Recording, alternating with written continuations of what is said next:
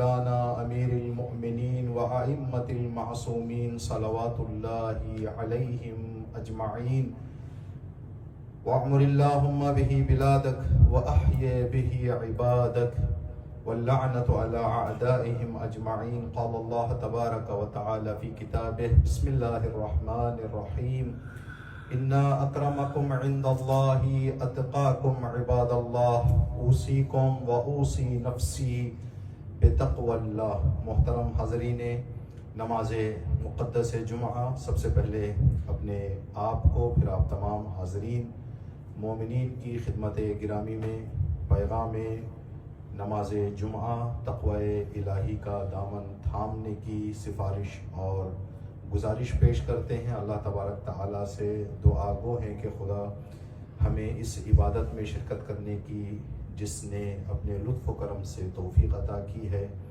اس توفیق کو مزید اضافہ کرتے ہوئے اس عبادت کے بنیادی پیغام کو اپنانے اور اس کے ذریعے اپنی دین اور دنیا کو کامیاب کرنے کی توفیق عطا فرمائے. تقوی کا آسان معنی جو بتایا جاتا ہے، انسان اپنی زندگی میں اس طرح سے توجہ کے ساتھ زندگی کرے کہ کوئی واجب اس کی زندگی میں ضائع نہ ہو، نہ چھوٹے، اور کوئی حرام کا مرتکب نہ ہو.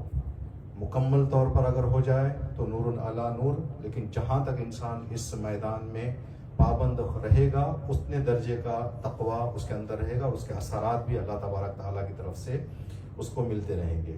اب یہ راہ تقوی میں جانے کے لیے اس لیے کہ لمبا سفر ہے زندگی بھر کا انسان کے لیے، اور ہر دن انسان کے لیے کئی نئے طریقے کے جو مسئلے مسائل پیش آتے ہیں. ان سارے مسائل میں واجب کو ادا کرتے ہوئے حرام اور محرمات سے بچتے ہوئے نکلنا ایک سخت مرحلہ ہے، جس کو آسان بنانے کے لیے ائمہ اطہار علیہ السلام نے اپنی ہدایتیں اور نصیحتیں ہم کو فرمائی ہیں.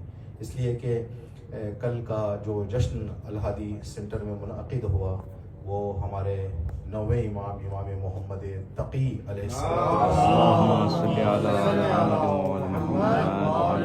کی ولادت کی مناسبت سے ہوا ہے، اور انشاءاللہ کل امیر المؤمنین کی ولادت باسعادت کا جشن آج اور کل دنیا بھر میں منعقد ہوگا، اور یہاں پر بھی انشاءاللہ منعقد ہوگا، اور ذکر مولا کا آپ سنیں گے. اس لیے کہ جس امام کی ولادت گزری ہے یہ وہ ائمہ ہیں جن کا تذکرہ تقریباً ہمارے درمیان بہت ہی کم کیا جاتا ہے. کبھی کبھی گزرتے ایک دو روایتیں اماموں کی ہمیں کبھی سننے کو ملتی ہیں. تو آج کے خطبے میں راہ تقوی کو کامیابی سے گزارنے کے لیے جو امام نے ہدایتیں دی ہیں، اور سب سے خوبصورت بات یہ ہے کہ یہ ہدایتیں اسی امام کی ہیں جس کا نام ہی تقی ہے، جو تقوی کا مرکز ہے، محور ہے. یعنی انسان کو اگر پرکھنا ہے کہ میرے اندر تقوی کتنا ہے تو اس کو اپنے آپ کو امام محمد تقی علیہ السلام کی زندگی کے سامنے رکھنا پڑے گا. اگر اس کی زندگی جتنا 9ویں امام کی زندگی سے مل رہی ہے اتنا اس کے اندر تقوی پایا جاتا ہے. خود امام کا نام ہی تقی ہے، جو ہے تقوی کا معنی جس میں پایا جاتا ہے. چند روایتیں جو ہم نے مختصر جو تلاش کی، جو ہمیں مل گئی ہیں. موت الانسانی، 9ویں امام کا فرمان ہے، موت الانسان بالذنوب اکثر من موتہ بالاجل. ہر انسان کی 2 موتیں قرآن پاک کی آیات کے مطابق لکھی ہوئی ہیں. ایک موت کا نام قرآن میں دیا گیا ہے موت مؤجل، اور ایک موت کا نام موت مستعدہ. یہ 2 طرح کی موت ہے. ایک ایسی موت ہے جو انسان خدا تبارک تعالیٰ نے اس کے لیے معین کر دی ہے. جب وہ موت کا وقت انسان کے زندگی میں پہنچ جائے تو نہ ایک لمحہ پیچھے ہو سکتا ہے، نہ ایک لمحہ آگے ہو سکتا ہے. لیکن ایک اور موت بھی ہے جو موت اس موت سے پہلے بھی انسان کے جو ہے اطراف گھومتی رہے گی. کبھی کبھی انسان اس کو گلے لگا لیتا ہے. وہ جو اس کا مقررہ وقت ہے اس سے پہلے بھی انسان جو ہے وہ انتقال کر جاتا ہے اور اپنی زندگی کو ہاتھ سے گنوا بیٹھتا ہے. 9ویں امام کا فرمان ہے کہ دنیا میں مرنے والے لوگ وہ موت حتمی سے کم ہیں، گناہوں کی وجہ سے زیادہ ہیں. دنیا میں مرنے والوں کی جو تعداد ہے خدا کی مقرر کردہ موت سے مرنے والے لوگ کم ہیں، گناہوں کی وجہ سے مرنے والے لوگ زیادہ ہیں. یعنی وہ گناہ ہے جس کی وجہ سے انسان کی عمر کم ہو جاتی ہے. سمجھے ایک بندے کی عمر 70 سال کی تھی، اس نے وہ گناہ کا ارتکاب کیا جس گناہ سے عمر گھٹ جاتی ہے، تو وہ عمر گھٹنے کی وجہ سے انسان 60 سال میں انتقال کر گیا. جبکہ اگر وہ ان گناہوں کو انجام نہ دیتا تو 70 سال تک زندگی کرتا. تو نوے امام فرماتے ہیں کہ انسان کی زندگی میں گناہوں سے مرنے والوں کی کثرت اور اس کا نمبر خدا کی معین کردہ موت سے مرنے والوں سے زیادہ ہے. تو ابھی جو ہم دیکھ رہے ہیں، ایک چیز کا جو بتایا گیا ہے بہت ہی زیادہ، صلہ رحم ایک ایسا نیک عمل اور اس کو قطع رحم ایک ایسا گناہ ہے جو صلہ رحم انسان کی وہ مقررہ موت جو ہوتی ہے، اگر نزدیک پہنچ رہے اور صلہ رحم کر لے انسان تو اس کی موت ٹل جائے گی. اور آپ کی خدمت میں عرض کریں کہ اگر کوئی بندہ قطع رحم کر لے تو وہ 70 سال 80 سال والی موت جو ہے 15-20 سال پہلے جو ہے اس کو پہنچ جائے گی. بہت سارے داستانیں اور واقعات ہیں. تو یہ روایت ہے. انشاءاللہ ہم اللہ تبارک تعالیٰ کی جو نعمت ہے، نعمت حیات بہت بڑی نعمت ہے، چاہے اپنے ثواب میں اضافہ کرنے کے لیے ہو، چاہے قوم کی خدمت کرنے کے لیے ہو. عمر بہت بڑی نعمت ہے جس کے لیے انسان کا نعم البدل نہیں ہے. یعنی عمر دے کے انسان کوئی چیز حاصل نہیں کر سکتا، یعنی کوئی چیز دے کر عمر کو نہیں لے سکتا.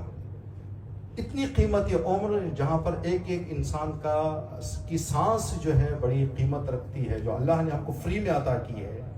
اس نے اپنی رحمت اور عنایت سے اپنی جو ہے وہ قدرت سے اللہ نے عطا کی ہے ہم کو، اس کو ہم گناہوں کی وجہ سے ضائع نہ کریں. حتی المقدری تقوی کا یہی ہے کہ جن انسان جتنا، ابھی اسی بات کو ہم کبھی کبھی سوچا کرتے ہیں کہ آپ حضرات دیکھتے ہیں جو ہمارے مجتہدین حضرات ہوتے ہیں یہ بہت ہی کم جوانی میں انتقال کرتے ہیں. آج جتنے بھی ہمارے مراجع اعظام ہیں، چاہے آیت اللہ سستانی ہو، آیت اللہ خامنی ہو، دونوں 90+ ہیں. اور جو دیگر مراجع ہیں وہ بھی تقریباً آیت اللہ مکارم شیرازی 90+ ہیں.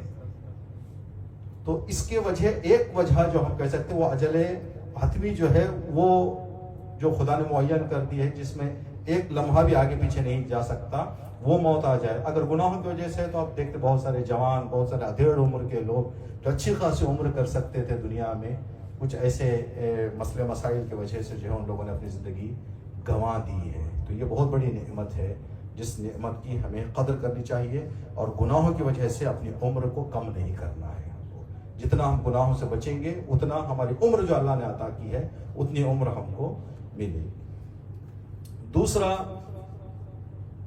دوسری روایت امام کی جو ہمیں ایک دیندار زندگی کرنے کے لیے، با تقوی زندگی کرنے کے لیے جس چیز کی طرف ہمیں بہت توجہ دینی ہے، اس روایت پر انشاءاللہ ہم اور آپ غور کریں اور حتی المقدور اس پر عمل کرنے کی کوشش کریں. امام تقی علیہ السلام فرماتے ہیں من اللہم صلی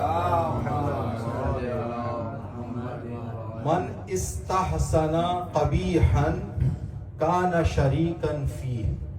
چھوٹی سی روایت ہے، چھوٹی سی ہدایت ہے، چھوٹی سی نصیحت ہے، لیکن بڑی گہری، بڑی عمیق معنی رکھنے والی. امام نے فرمایا کہ اگر کوئی بھی بندہ کسی کے غلط کام کی تعریف کرے، جو بندہ کسی کے غلط کام کی تعریف کرے اس غلطی کے جرم میں یہ بھی شامل ہے. من، جو بھی بندہ استحسنا، سراہے، تعریف کرے، کس چیز کی تعریف کرے؟ قبیح کام کی، برے کام کی، نازیبا عمل کی کوئی انسان تعریف کر دے، کانا شریکن فیہ، تو اس قباحت میں، اس برائی میں یہ تعریف کرنے والا بھی کیا ہے؟ شامل ہے. ہو سکتا ہے بندہ کہے کہ میں تو غلط کام نہیں کر رہا ہوں، لیکن ہماری تعریف سبب بن رہی ہے کہ جس بندے نے کیا دوبارہ کرے. اگر ہم نے اس کو ڈانٹ دیا ہوتا وہاں پر تو اگلی مرتبہ نہ کرتا ہو. جو دوسری مرتبہ جو انجام دے رہا ہے وہ ہماری تعریف کی وجہ سے ہے، وہ ہمارے سراہنے کی وجہ سے. جب بندے کو غلط کو ہم نے غلط نہیں بتایا، جب بندے کے برے کو ہم نے برا نہیں بتایا، دو طرح کا ہے. ایک مرتبہ انسان حالات اور ماحول کے اعتبار سے اگر یہ احساس کرے کہ مجھے خاموش ہو جانا چاہیے، یہ بھی بہتر ہے کہ بندہ خاموش ہو جائے، کم از کم کچھ نہ کہے. یا اپنے اعمال اور کردار سے کچھ اس طرح کا اظہار کرے جیسے کہ وہ ناراض ہے. اگر یہ دو کام بھی نہیں کر سکتے تو کم از کم تعریف نہ کرے اس کی. اب اس کے لیے اگر ہم دیکھیں تو بہت بڑا ایک دروازہ کھل جائے گا ہم لوگوں کے لیے اس روایت میں جہاں پر ہم فیل ہو جاتے ہیں, ناکام ہو جاتے ہیں. کوئی بھی ایک, چاہے ذاکر ہو, چاہے خطیب ہو, چاہے کوئی جو ہے دینی باتیں کرنے کے لیے آ جائے, ہم کو پتا چل رہا ہے کہ یہ بندہ جو کہہ رہا ہے, جو پڑھ رہا ہے, اس کے اندر کچھ نہ کچھ خامی ہے. نیچے سے واہ واہ واہ واہ واہ واہ بھی چل رہی ہے. اب یہاں جا کے پھر دوسرے جشن میں پڑے گا وہ, یہاں جو بات کہی جا کے دوسری جگہ بھی کہے گا وہ. اگر قوم اعتراض پہ اتر جائے تو بہت سارے اس طرح کے مسئلے مسائل کا دروازہ بند ہو جائے گا. تو دو چیزیں ہیں, پڑھنے والا ایک ہے, سننے والے دسوں ہوتے ہیں. جب دسوں خاموش ہو کر تعریف کرتے ہیں تو ایک پڑھنے والے کو جرأت آتی ہے, وہ ہر جگہ جا کے پڑھے گا, جو ہمارا المیہ ہے. اسی حوالے سے امام کی اور ایک روایت ہے کہ امام نے فرمایا کہ جو بھی بندہ کسی مائک پر آنے والے کی, کسی کہنے والے کی باتوں کو غور سے سن کر یہ نیت کر لے کہ جو یہ کہہ رہے ہیں وہ صحیح ہے اور میں اس پر عمل کروں گا, گویا اس نے کہنے والے کی بندگی کی ہے. کیسے؟ اللہ نے کہا نماز پڑھو, بندے نے نماز پڑھ لیا. اب ایک مولانا صاحب نے کہا کہ سچ کہو, ہم نے کہا بھائی کتنا جھوٹ کہیں گے زندگی میں, چلو آج سے سچ کر ہی لیتے ہیں. تو یہ بندہ ایک درجے میں ان کی عبادت کر رہا ہے کہ ان کے کہنے پر عمل کر رہا ہے وہ, اور خدا کی تو عبادت ہے ہی. ایک بندہ خدا کے کہنے پر یہ صحیح راستے پر آ رہا ہے, تو ایک حد تک کہنے والے کی بھی عبادت چل رہی ہے, خدا کی بھی عبادت چل رہی ہے. امام تقی علیہ السلام فرماتے ہیں کہ جو بندہ کسی اچھی بات کو سن کر عمل کرنا شروع کر دے وہ اچھائی کی عبادت کر رہا ہے. جو بندہ باطل اور غلط سن کر اس پر عمل کرنا شروع کر دے وہ باطل اور غلط کی عبادت کر رہا ہے. اب انسان کو چاہیے کہ نیکیوں میں عبادت کرے, برائیوں کی عبادت نہ کرے. تو جو بھی بات ہم سنیں, دیکھیں جو چیزیں بتائی جاتی ہیں, چاہے بتانے والوں کے لیے یہ روایت بھی ہے ہمارے پاس سے, شاید جو ہے روایت ہے یا علماء اخلاق کی یہ نصیحت ہے کہ جو ممبر پر آنے والے لوگ ہیں, نیچے جو بیٹھے ہوتے ہیں, روز قیامت جو ممبر پر آنے والے بعض ہوں گے وہ دوسرے تیسرے درجے پر جنت کے رہیں گے, اور جو سامع ہوتے تھے, جو نیچے بیٹھے رہتے تھے, وہ اوپر جاتے رہیں گے. تو یہ اللہ سے سوال کریں گے, پروردگار میں تو صاحب علم تھا, میں صاحب ممبر تھا, میں ممبر پہ جایا کرتا تھا. تو خدا کا فرمان آئے گا بعض لوگوں سے کہ تم کہتے تھے عمل نہیں کرتے تھے, یہ سنتے تھے اور عمل کرتے تھے. اور درجے عمل والوں کو ملتے ہیں, صرف کہنے والوں کو نہیں. 2-3 دن پہلے ہم نے ایک بہت پیاری بات پڑھی کسی میسیج میں, کہتے ہیں کہ اچھی بات ہونے کا ثبوت عمل سے ہے, صرف سننے یا لکھنے یا پڑھنے سے نہیں ہے.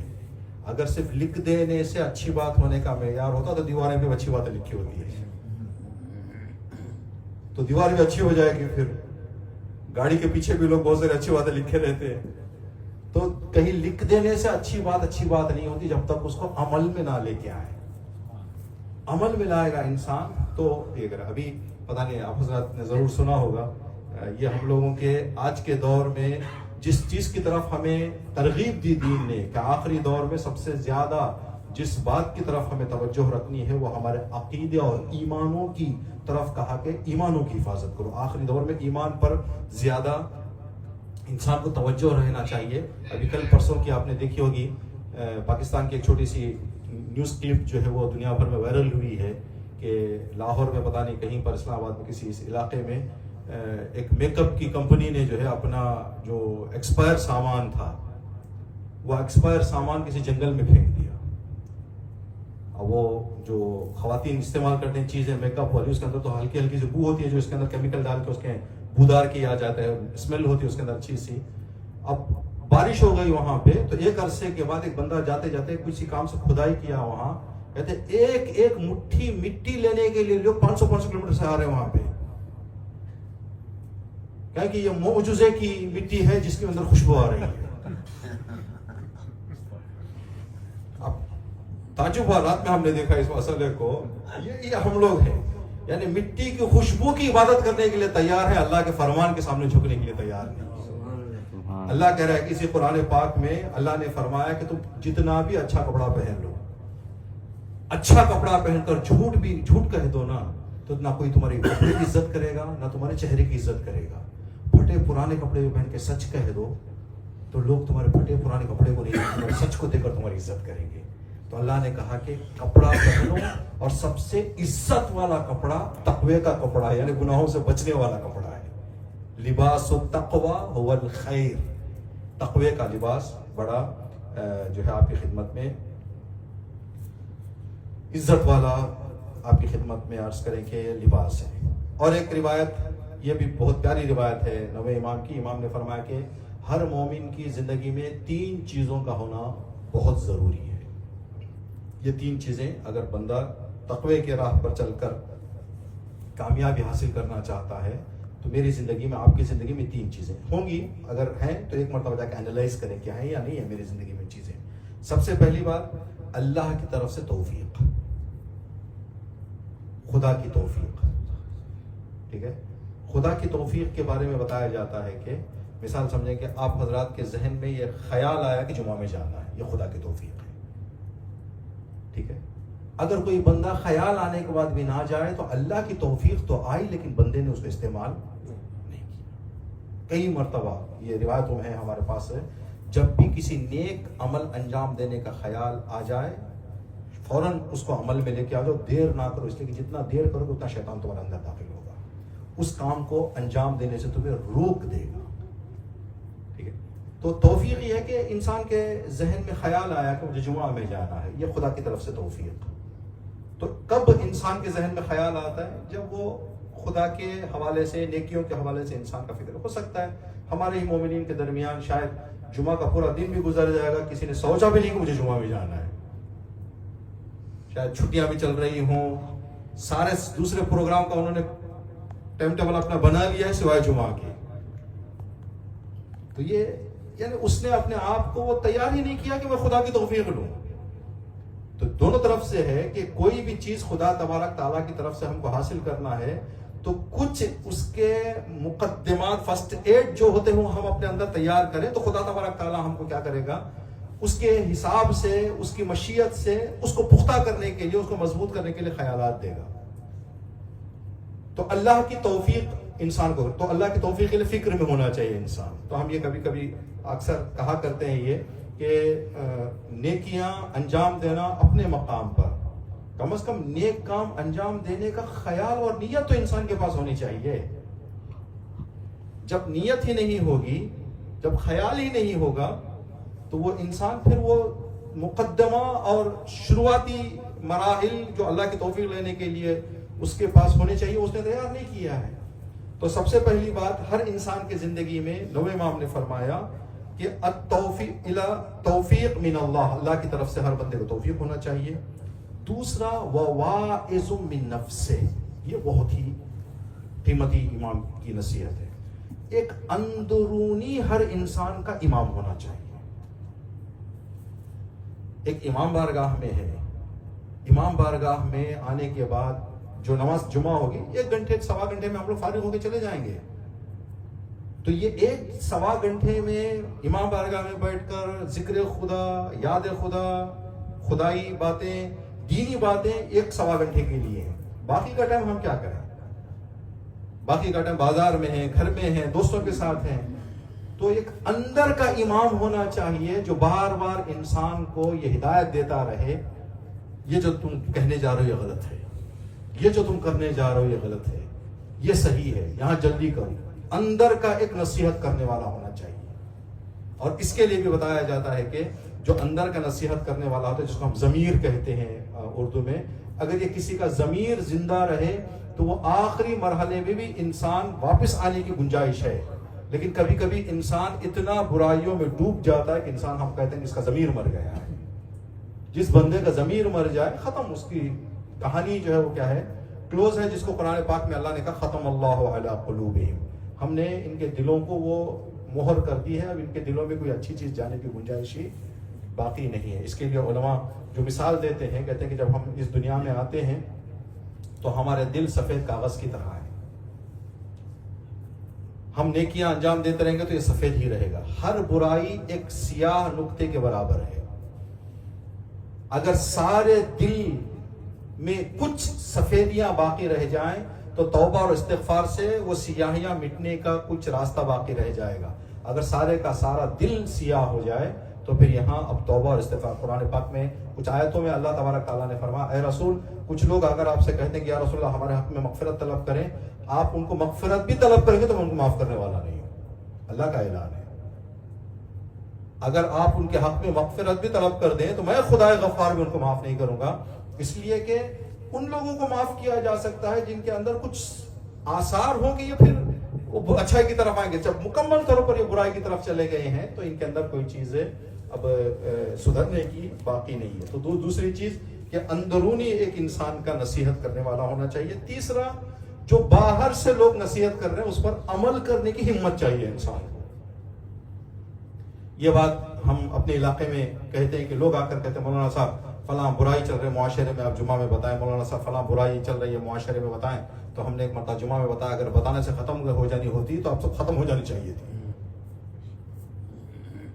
ایک بندہ دیکھ رہا ہے آ کر وہ کہہ رہا ہے کہ بتایا جا رہا ہے لیکن عمل نہیں ہو رہا ہے. تو جب تک عمل نہیں ہوگا تو انسان کے پاس اچھائی سن کر اس پر عمل کرنے کی بھی طاقت چاہیے. ہم مباہلہ کے جشن میں اکثر یہ جملہ کہا کرتے ہیں جب وہ نصارہ آئے تھے رسول اللہ سے مباہلہ کرنے کے لیے تو وہ جو مباہلے کی بات آئی انہوں نے جا کے اپنے بڑے سے پوچھا تو انہوں نے کہا کہ دیکھو رسول کس کو لاتے ہیں. جب ان کو پتا چل گیا کہ رسول حق پر ہیں آ کر انہوں نے کہا کہ یا رسول اللہ ہم ٹیکس دینے کے لیے تیار ہیں لیکن مسلمان ہونے کے لیے تیار نہیں ہیں. اور ہم اس بات پر یقین ہے کہ اگر آپ حضرات جو آئے ہیں مباہلہ کے لیے اگر آپ اشارہ کریں تو پہاڑ اپنی جگہ سے ہٹ جائے گا. یعنی آپ کا اختیار اتنا زیادہ ہے کہ پہاڑ کو بھی آپ ہلا سکتے ہیں لیکن ہم آپ پر ایمان لانے والے نہیں ہیں. آپ کہیں پیسفلی زندگی کر لو پیسفلی زندگی کر لیں گے, جاسوسی نہ کرو جاسوسی نہیں کریں گے, ماہانہ اتنا آپ اسلامی حکومت کو جزیہ اور ٹیکس دیا کرو دیا کریں گے لیکن اسلام قبول نہیں کریں گے. تو اس واقعے کو جب ہم پڑھتے ہیں تو یہ جملہ اکثر ہم کہتے ہیں کہ جو ہے حق سننے کے لیے کان چاہیے, حق ماننے کے لیے عمل کرنے کے لیے کلیجہ چاہیے. یعنی انسان ایک امام کا پیغام دین کا پیغام سن لے تو کانوں سے سن لے گا, ذہن پہ آ جائے گا کہ امام نے یہ فرمایا ہے. اس کو کان اور دماغ ہو تو کافی ہے لیکن جو دماغ میں اور کان سے دماغ تک پہنچا اس کو عمل میں لانے کے لیے کلیجہ چاہیے. یہ شاید آپ نے سنا ہمارے سے پہلے ایران کے ویٹ لفٹر جو گولڈ میڈل لیا تھا جنہوں نے اولمپک کا, رضا زادے جب وہ گولڈ میڈل جیت کر آپ آئے تھے تو ایئرپورٹ میں ایران کے ان سے انٹرویو کیا گیا کہ آغا رضا زادے آپ کا تجربہ کیا ہے, آپ نے دنیا کا سب سے زیادہ ویٹ جو ہے آپ نے لفٹ کیا اور gold medal Olympic gold medal آپ نے لے لیا ہے, تو آپ کا کوئی سجیشن کوئی مشورہ کوئی بات آپ کہنا چاہیں گے. تو حسن رضا زادے نے کہا کہ میری نگاہ میں یہ 400-500 کلو وزن اٹھانے والا بندہ پہلوان نہیں ہے. کہا کہ پھر کون پہلوان ہے؟ ساری دنیا تو آپ کو پہلوان کہہ رہی ہے. کیونکہ میری نگاہ میں صبح کی نماز کے لیے 200 گرام کی جو بلانکٹ اٹھا دے, میری نگاہ میں صبح کی نماز کے لیے نیند چھوڑ کر حکم خدا پر عمل کرنے کے لیے جو 200 گرام کی بلانکٹ اٹھا دے میری نظر میں 500 کلو اٹھانے والے سے زیادہ طاقتور ہے. سبحان اللہ. تو یہ چیز ہے جو انسان کو عمل میں لانا ہے. وہ باہری نصیحتیں اندرونی نصیحتیں.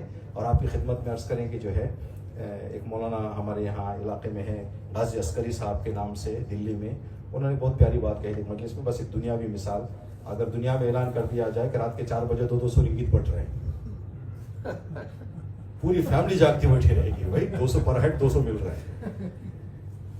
ان بندوں کو 200 کی فکر ہے, جو مختار کل ہے اس کے اوپر عمل کرنے کے لیے اٹھنے کی جو فکر نہیں ہے. یہ ہم لوگوں کی یعنی خدا تبارک تعالیٰ کی اطاعت اور بندگی میں ہم جو پیچھے ہیں میدان میں, یہ ایک کمی. تو 3 چیزیں ہر مومن کی زندگی میں ہونی چاہیے. پہلی چیز اللہ کی توفیق حاصل ہو اس کو, اور اللہ کی توفیق لینے کے لیے انسان اپنے آپ کو تیار کرے. اندرونی نصیحت کرنے والی ایک صفت انسان کے اندر ہو، اور جو باہر نصیحت سن رہا انسان اس پر عمل کرنے کی ہمت ہو انسان کے پاس۔ اگر یہ 3 چیزیں ہو گئی تو یہ مومن رہے گا، متقی رہے گا، حرام سے بچ جائے گا، واجبات کو ترک نہیں کرے گا، اور تقوی کی راہ پر چل کر یہ انسان کامیابی اور کامرانی کی طرف پہنچ جائے گا۔ اور جلدی سے 2 روایتیں اور ایک نصیحت امام کی، جو امام سے سوال کیا گیا۔ امام نے فرمایا کہ افضل الاعمال شیعتنا انتظار الفرج۔ نوے امام کا فرمان، ہمارے شیعوں کی نیکیوں میں، عبادتوں میں، اچھے کاموں میں سب سے سر فہرست جو اچھا کام ہونا چاہیے وہ دنیاوی مشکلات سے رہائی کی فکر، زمانے کی۔ ایک مرتبہ میری مشکلات کی فکر میں کر رہا ہوں، میں خدا سے کہوں گا پروردگار میرے پاس رزق نہیں ہے، پروردگار میرے پاس گاڑی نہیں ہے، پروردگار میرے پاس گھر نہیں ہے، یہ میں اپنی مشکل کا حل خدا سے طلب کر رہا ہوں۔ امام نے اپنی مشکل نہیں کہا کہ زمانے کی مشکلات کے حل کی فکر میں رہے۔ تو زمانے کی مشکل کشائی اور زمانے کی مشکلات کا حل جب خدا کا ولی آئے گا تب ہوگا۔ تو امام نے فرمایا کہ 12ویں امام کے ظہور کا انتظار ہمارے شیعوں کی عبادتوں میں سب سے افضل عبادت ہونی چاہیے۔ یعنی کوئی ایسا دن انسان کا نہ گزرے جس دن انسان اپنے زمانے کے امام، ایک ہم نے کچھ دن پہلے مطالعہ کیا ایک مسئلہ، ایک بڑی شخصیت گزری ہے شاید آیت اللہ شیرازی، ان سے کسی نے آ کے سوال کیا کہ جناب میں مشکلات میں پھنس گیا ہوں، تکلیفیں پریشانیاں چاروں طرف سے گھر گئی ہیں، میں کوئی راستہ بتائیں جس سے آپ میری مشکل حل ہو جائے۔ تو انہوں نے کہا کہ آپ کے لیے میں یہ گزارش کروں گا کہ تنہائی میں بیٹھ کر 10 منٹ اپنے درد دل امام زمانہ سے بتاؤ۔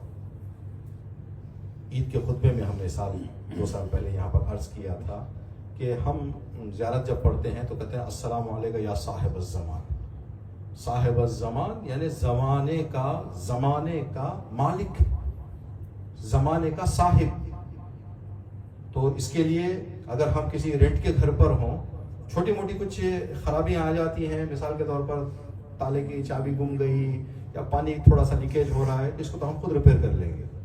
لیکن چھت پھٹ گئی یا بڑے پرابلم آ گئے تو انسان اڑوس پڑوس میں نہیں جائے گا، سیدھا جو گھر کا اونر ہے اس کو کال کر کے کمپلین کرے گا کہ بھائی آپ کے گھر میں جس گھر کو ہم نے رینٹ پہ کیا ہے یہ مشکل آئی ہوئی ہے۔ تو خرابیاں، مشکلات آ جائے، تکلیفیں آ جائیں تو اونر سے بندہ رابطہ کرتا ہے۔ تو دنیا میں مشکلات آ جائیں تو ہم لوگ در بدر بھٹکتے، اونر سے رابطہ نہیں کرتے۔ تو امام نے فرمایا کہ افضل اعمال شیعتنا، ہمارے شیعوں کے اعمال نیک میں سب سے قیمتی عمل امام کے ظہور کا انتظار ہے، انتظار الفرج، کہ انسان 12ویں امام کے ظہور کا انتظار کرے۔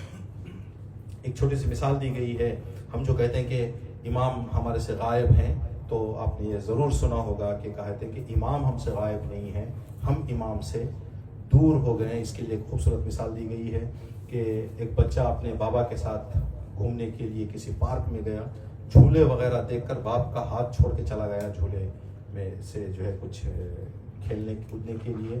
جب کھیل کود کے بچہ تھک گیا تو اس کو بابا کی یاد آئی، تو بابا کو کچھ ان کو احساس ہوا تو وہ چلے گئے، بچہ کھیل رہا ہے تو اس وقت تک جا کے چائے پانی کر کے آ جائیں گے کچھ۔ تو بچہ جب واپس آیا دیکھا کہ جہاں پر بابا نے مجھے چھوڑا تھا وہاں بابا نہیں ہے۔ اب وہ رونے لگا، چلانے لگا، چیخنے لگا، سارے لوگ جمع ہو گئے، بیٹا کیا ہوا؟ کہا میرا بابا گم ہو گیا، میرا بابا گم ہو گیا۔ تو وہاں پر ایک کھڑے ہوئے بندے نے کہا کہ بابا گم نہیں ہوئے بیٹا، تم نے بابا کا ہاتھ چھوڑ دیا تھا۔ تو آج ہمارے زندگیوں میں بھی دنیاوی مسائل میں ہم لوگ اتنا گم ہو گئے ہیں کہ اپنے زمانے کے والی و وارث کا ہاتھ اور ان کا ذکر، ان کی یاد ہم چھوڑ دیں۔ کوئی دن ہمارا نہ گزرے، 9ویں امام کی یہ نصیحت ہے کہ جس دن انسان 12ویں امام کے فکر میں نہ رہے اور امام کے ظہور کے لیے دعا نہ کرے۔ ایک روایت اور آخری روایت جس کو عرض کر کے خطبے کو اختتام پر لے جائیں گے۔ امام کی روایت ہے امام سے 9ویں امام سے، ایک بندے نے آ کر کہا کہ مولا مجھے ایک نصیحت فرمائیں جس نصیحت پر میں عمل کرتے ہوئے اپنی دنیا و آخرت کامیاب کروں۔ تو امام نے فرمایا کہ اگر اس بندے کا سوال یہ تھا کہ اگر میں اس نصیحت پر عمل کروں تو دنیا میں بھی اہل بیت کے ساتھ میرا شمار ہو اور آخرت میں بھی میرا شمار اہل بیت میں. زیارت عاشوراء میں یہ جملہ ہم دعائیہ شکل میں پڑھتے ہیں, اللہم اجعل محیایا محیا محمد و آل محمد و مماتی ممات محمد و آل محمد. پروردگار میرا جینا آل نبی کے جینے جیسا ہو, میرا مرنا آل نبی کے مرنا جیسا ہو. تو اس روایت کو میں کس طرح سے کامیابی میں اس کو جو ہے حاصل کر سکوں, اس مقام کو, امام نے فرمایا 2 کام کرو. اگر 2 کام کرو گے تو دنیا میں بھی تمہارا شمار ہمارے چاہنے والوں میں سے ہوگا, ہمارے زمرے میں ہوگا, اور آخرت میں بھی تمہارا شمار ہمارے زمرے میں ہوگا. کہ مولا وہ 2 نصیحتیں کیا ہیں, وہ 2 چیزیں کیا ہیں؟ امام نے فرمایا کہ جتنا زیادہ ہو سکے اپنے زندگی میں سورہ انا انزلنا پڑھا کرو, سورہ انا انزلنا کثرت سے پڑھا کرو. یہ پہلا. دوسرا, جتنا زیادہ ہو سکے خدا سے توبہ طلب کرو.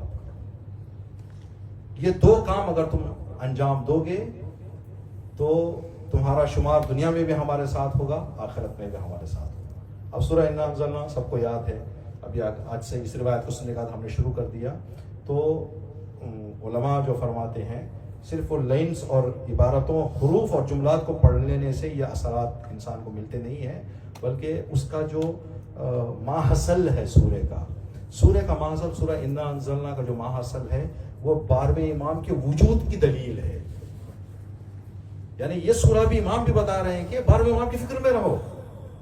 کس طرح سے؟ ایک بندے نے آ کر کہا کہ مولا ہمارے جو غیر شیعہ برادران ہیں کبھی کبھی مجھے مناظرہ کرتے ہیں, میرے سوال کرتے ہیں, کچھ سوالات ایسے کرتے ہیں میں پھنس جاتا ہوں, میں جواب نہیں دے پاتا. کل میرے سے کسی نے سوال کیا کہ تمہارے امام ہونے کی دلیل کیا ہے, فلاں تمہارے امام ہے, کیا دلیل ہے تمہارے پاس؟ میں جواب نہیں دے پایا. مولا مجھے آپ برائے مہربانی ایک ایسی دلیل, ایسا کوئی مسئلہ بتا دیں جہاں پر بھی میں کوئی سوال کرتا ہوں جواب بتا کے میں اپنی جو ہے وہ بات کو کامیابی کے غالب کروں, اپنی بات میں جیت جاؤں وہاں پر ان سے.